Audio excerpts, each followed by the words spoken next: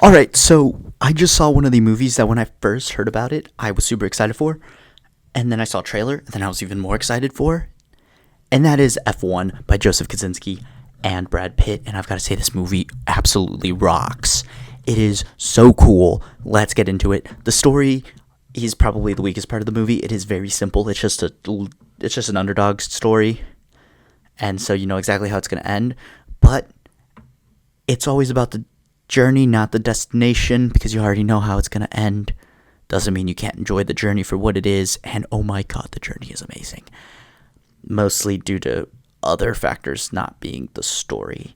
Story gets a Hot Pocket score because I just want to, and like I know I brushed over it really quickly, but that's just because I want to talk about the actual like dope part of this movie, which is its cinematics. It is a true cinematic experience. I saw this on the big screen. I'm now planning on seeing it on an even bigger screen because it's filmed for 70mm IMAX. I'm excited to watch it in that because this movie rocks.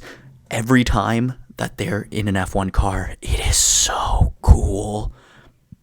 This is truly like one of the biggest cinematic feasts I think I've seen in a while. Like a true feast for the eyes of enjoyment. Visually on terms with Joseph Kosinski's last movie, which was Top Gun, I'm pretty sure. And oh my god, it is just so good, visually speaking. Oh my god.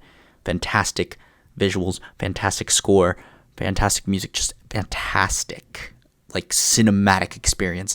So excited to rewatch this one for that alone. Hand grenade score. The directing also really solid. The pacing was pretty good.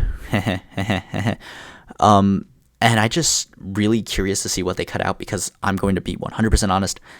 They released a like longer cut, director's cut of Napoleon on Apple TV when it got onto the streamer. I'm pretty sure they're doing the same thing with this one, or else they wouldn't have shared how much of the movie they cut to put it in theaters. But yeah, so I'm excited to see if they're gonna put the extended version on Apple TV Plus, and I am going to sit down and watch that too because this movie rocks. I enjoyed it way more than I was expecting, but I guess that's because I have like a weird soft spot for racing movies because Speed Racer is one of my all-time favorites, and the racing sequences in that movie combined with like the racing sequences in this one are very similar, even though this one was shot practically and the other one was all mostly CGI. But I just love good, well filmed racing sequences, and it's so good. But yeah, hand grenade score, the acting, the cast was all like super charismatic, and I really enjoyed all of them in their roles. Brad Pitt does a good job. They all do fantastic. I loved it. I'm giving a hand grenade score for the cast as well for the acting. And yeah, expectations and experience, it blew my expectations out of the water. I loved every second of it. I am so excited to rewatch this. I truly did love this movie.